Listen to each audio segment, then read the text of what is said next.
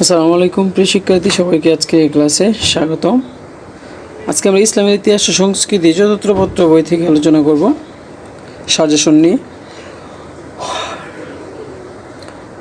কবিভাগ থেকে আমরা যে প্রশ্নগুলো পড়ব অতি সংক্ষিপ্ত প্রশ্ন।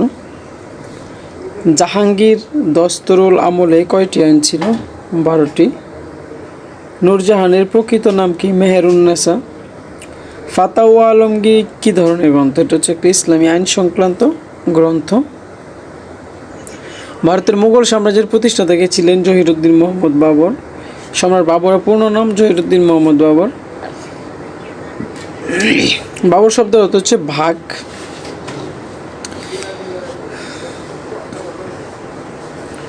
ভারতে সতীদাহ প্রথা রহিত করেন কে? উইলিয়াম বেন্টিস্ক। 1857 সালে ইতিহাস কেন বিখ্যাত ছিল? কারণ তখন সিপাহী বিদ্রোহ সংগঠিত হয়েছিল। রেগুলেটিং অ্যাক্ট কত সালে প্রবর্তন করা হয়? 1773 খ্রিস্টাব্দে প্রবর্তন করা হয়। দি ইন্ডিয়ান মুসলমানস গ্রন্থটির লেখক কে? William Hunter.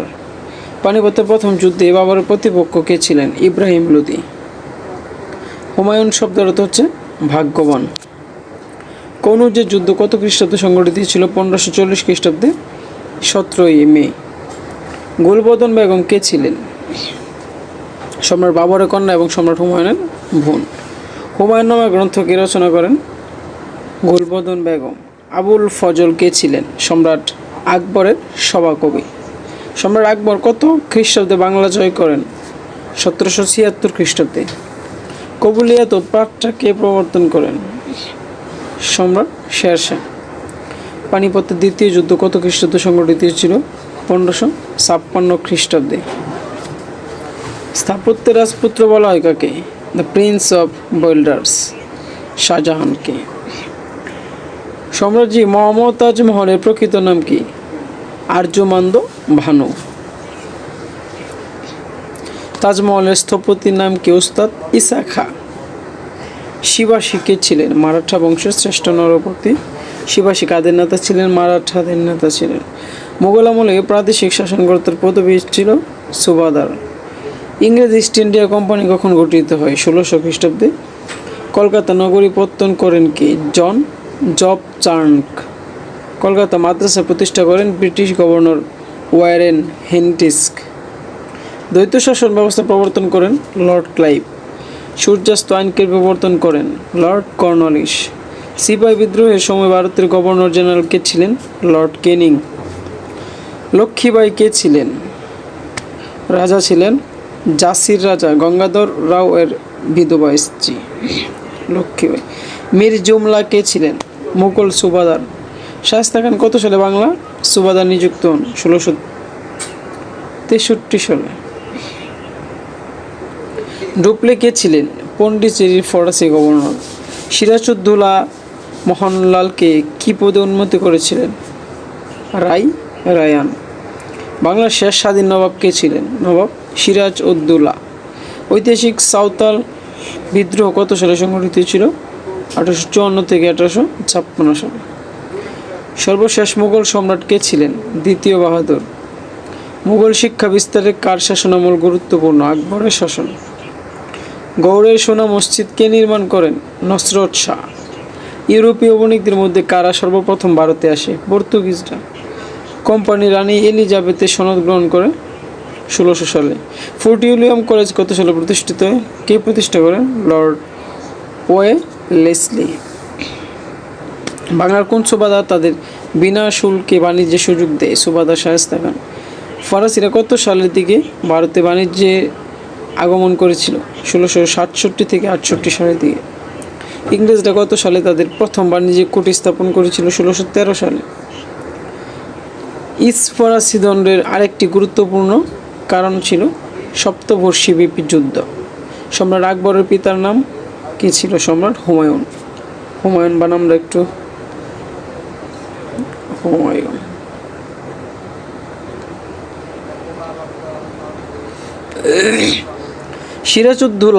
সিরাজুস-সালাতিন গ্রন্থের রচয়িতা কে? গোলাম হোসেন সেলিম। আকবর কত বছর বয়সে সিংহাসন আরোহণ করেন? মাত্র 13 বছর বয়সে। সম্রাট জাহাঙ্গীরের আসল নাম কি? যুবরাজ সেলিম। শাহজাহান স্থাপত্য শিল্পের শেষ নিদর্শন কি? তাজমহল। শাহজাহান কোথায় তার নতুন রাজধানী স্থাপন করেন? আগ্রাতে, দিল্লিতে। ঐতিহাসিক পোরবন্দরের সন্ধি সংগঠিত হয় কত সালে? 1665 সালে। পানিপথের দ্বিতীয় যুদ্ধ কখন সংগঠিত হয় বা কার সাথে? এটা 1556 সালে সম্রাট আকবরের সাথে সেনাপতি বৈরাম খান ও হিমুর মধ্যে। সম্রাট আকবরের সেনাপতি বৈরাম খান এবং হিমুর মধ্যে। গ্র্যান্ড ট্রাঙ্ক রোড কে নির্মাণ করেন? সম্রাট শেরশাহ। শেরশাহের বাল্য নাম কী ছিল?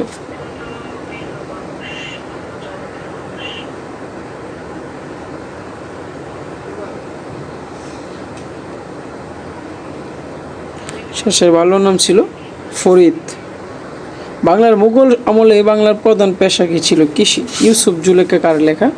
শাহ মোহাম্মদ সগীর। তবকাতি নাসরি গ্রন্থের রচিত হচ্ছে মিনহাজুস সিরাজ। গুলবদন ছিলেন সম্রাট বাবরের কন্যা। কোন মুঘল সম্রাট জিজিয়া কর রহিত করেন? সম্রাট আকবর। কনৌজের যুদ্ধ কত খ্রিস্টাব্দে সংঘটিত হয়? 1540 সালে। আগ্রা দুর্গের নির্মাতা কে ছিলেন? সম্রাট শাহজাহান।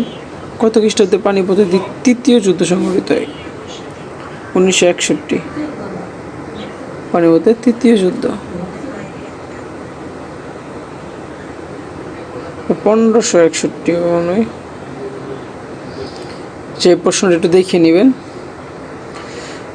মঙ্গল পাতি কে ছিলেন? সর্বপ্রথম সিপাহী বিদ্রোহের সূচনাকারী ছিলেন। ফুতুয়ারে আলমগীরি কি? সম্রাট আওরঙ্গজেব রাজত্ব সম্পর্কিত গ্রন্থ। প্রশ্নটা একটু কাইটা দিই, এটা আপনারা একটু গুগল থেকে দেখে নেবেন কত সালে পানিপথের তৃতীয় যুদ্ধ হয়েছিল। ইতিহাসের জনক কে? হেরোডোটাস। আইনি আকবরী গ্রন্থের মূল প্রতিপাদ্য বিষয় হচ্ছে মুঘল প্রশাসনের বিস্তৃতি বিবরণ। বাবর শব্দের মূল অর্থ হচ্ছে বাঘ। ঐতিহাসিক চৌসার যুদ্ধ সংঘটিত 1539 খ্রিস্টাব্দের 26 জুন। খ বিভাগ থেকে আমরা যে প্রশ্নগুলো পড়ব। মুঘল সাম্রাজ্যের পতনের কারণ সংক্ষেপে আলোচনা করো। মুঘল শাসন ব্যবস্থার বৈশিষ্ট্য আলোচনা করো। মুঘল চিত্রকলা পারসিক প্রভাব লেখো।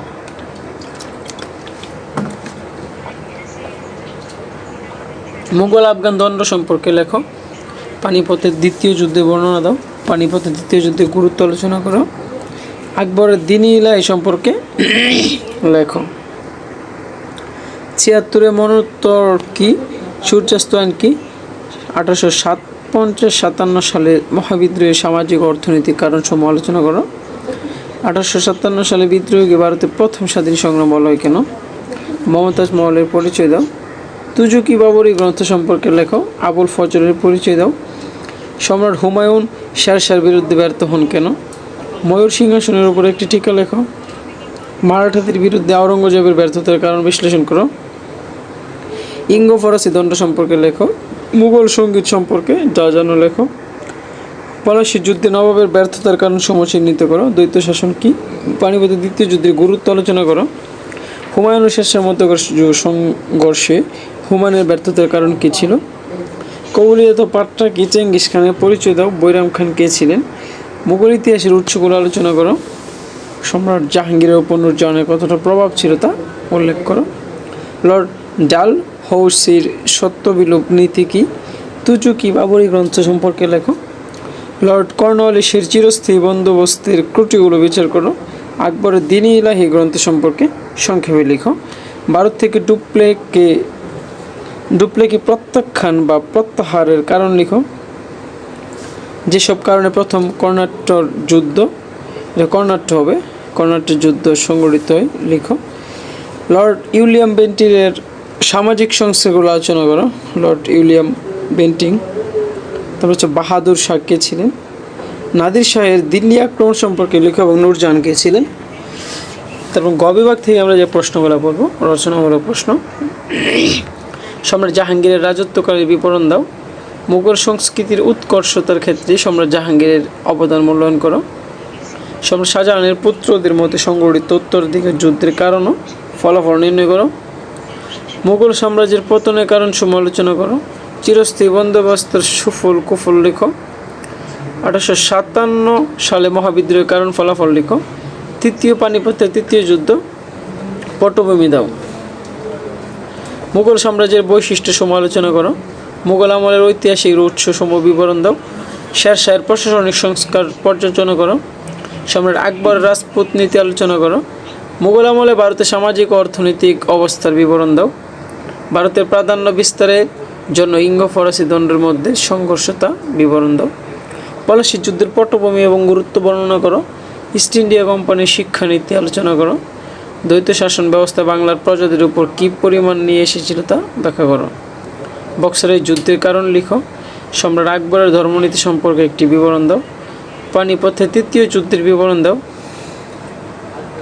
এটা পানি দন্তান্ন হবে। তৃতীয় পানিপথের যুদ্ধের বিবরণ দাও। সম্রাট শাহজাহানের রাজত্বকালকে মুঘল সাম্রাজ্যের স্বর্ণযুগ বলা হয় কেন? পলাশী যুদ্ধের কারণ ফলাফল, মুঘল সংস্কৃতির উৎকর্ষের ক্ষেত্রে সম্রাট জাহাঙ্গীরের অবদান, চিরস্থায়ী বন্দোবস্তের সুফল এবং কুফল, হাজী শরিয়তুল্লাহর অবদান উল্লেখপূর্বক ফরাজি আন্দোলনের বিবরণ দাও। তিতুমিরের ব্রিটিশ বিরোধী আন্দোলন এবং এর প্রকৃতি বর্ণনা ও ব্যর্থতার কারণ আলোচনা করো। ভারতে প্রাধান্য কর্ণাটক যুদ্ধের কারণ, ঘটনা, ফলাফল আলোচনা করো। মুঘল যুগের অর্থনৈতিক ও সামাজিক অবস্থা সম্পর্কে আলোচনা করো। 1857 সালের বিদ্রোহকে ভারতের প্রথম স্বাধীনতা সংগ্রাম বলা হয় কেন? মানসবদারি প্রথার ইতিবাচক ফলাফল বর্ণনা করো। লর্ড ডালহৌসির সত্যবিলোপ নীতি কী এবং এর নীতিগুলো ব্যাখ্যা করো। কৃষিগতি ছিল আজকে আমার আলোচনা। ইসলামের ইতিহাস ও সংস্কৃতি চতুর্থ পত্র সাজেশন। সবাইকে ধন্যবাদ।